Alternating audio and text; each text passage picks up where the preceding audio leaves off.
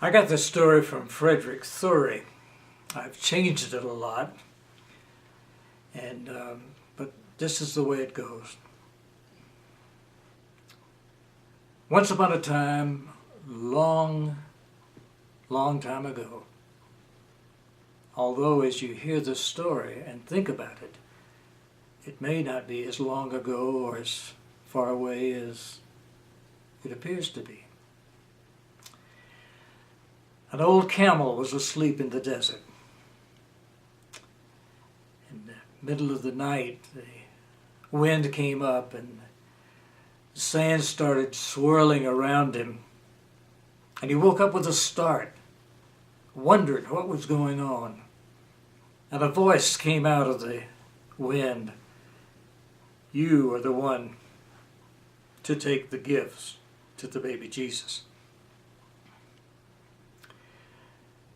And the old camel protested. He said, "Why me? I'm old. My joints are stiff. I've got gout and sciatica. I've got this pain in my back." And the voice said, "You are the one." The wind died down, the sand settled, and the old camel dropped off to sleep.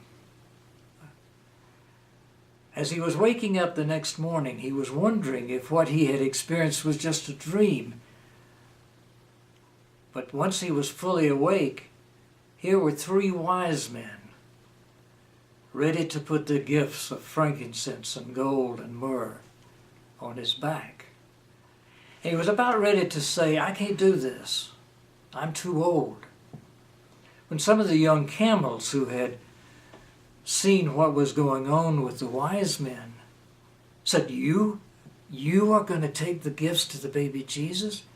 But you're so old. Can you do it?" Well, that did it.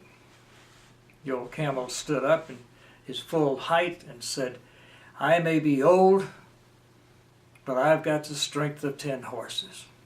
Put the gifts on my back." And they started off on the trip. And the young camel said, "Can we come along too?" And he said, "Well, of course."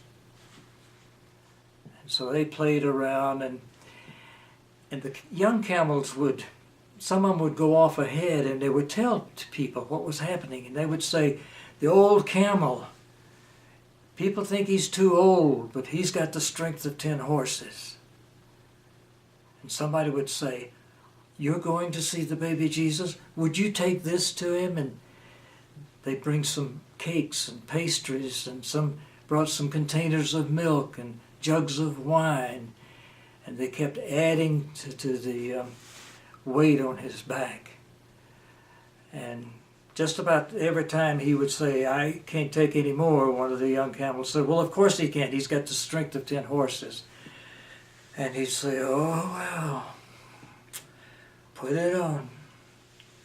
This went on all during the day into the afternoon.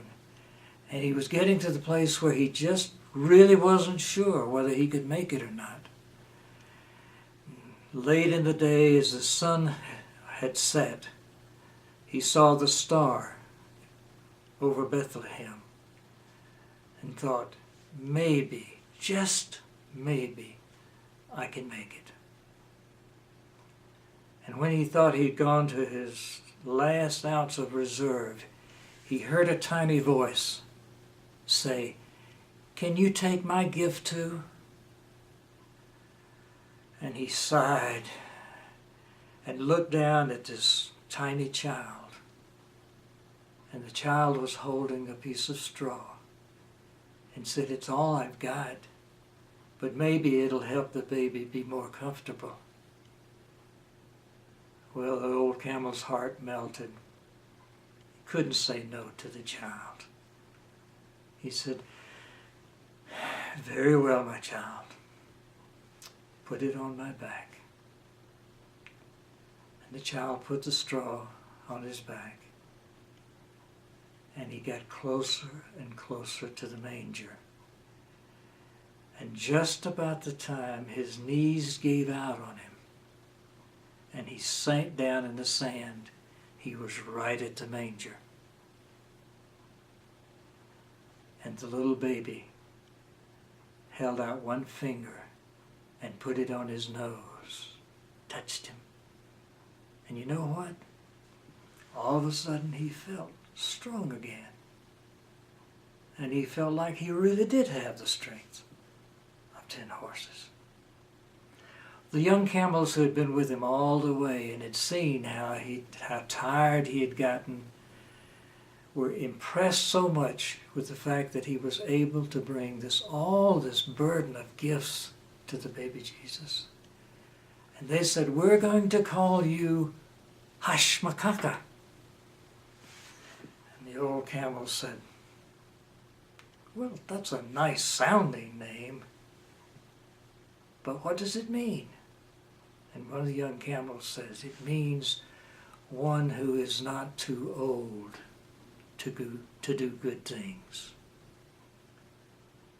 And that's how the old camel came to be known as Hashmakaka.